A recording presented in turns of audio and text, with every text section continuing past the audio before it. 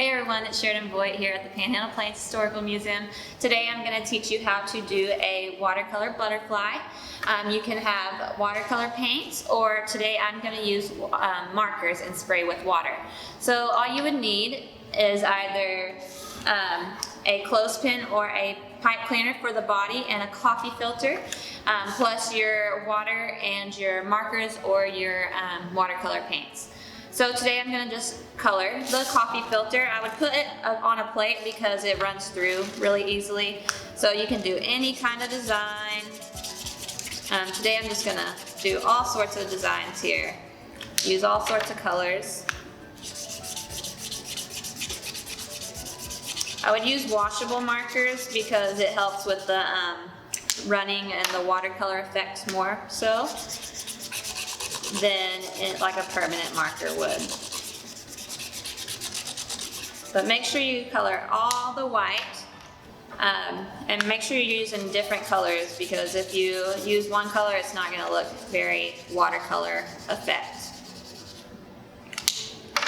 I use brighter colors because you can tell the difference more so than like the darker colors. I wouldn't use black or brown or gray.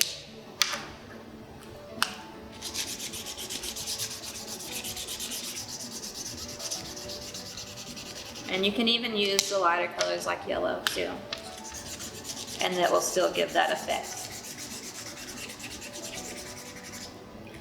Alright, so here's my finished coffee filter, but this is not the last step. So you're going to lay it on your plate and you're going to spray it with some water. You probably need a parent's help for this.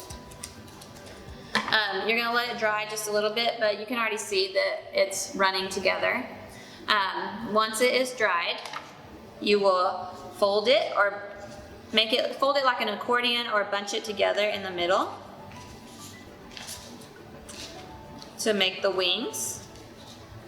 And you can use your clothespin to clamp it, or you can also color this. I'm going to go ahead and color it while this is drying just a little bit. So this is the body. I would color it just one color, but you can do whatever you want to do.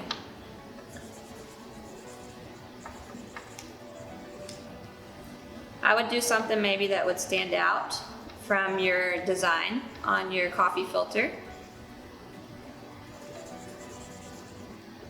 And then you can also use the antennas or the pipe cleaner as antennas.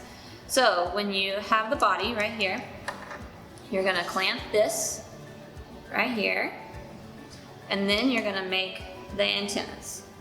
So you'll just clamp it in there with it,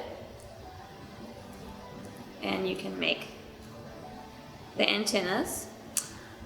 I would let it dry just a little bit more so you can fold it better.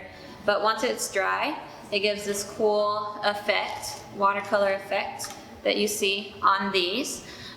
We would love to see your designs, so just tag us in them on Facebook, and y'all have a great day. Thanks for tuning in.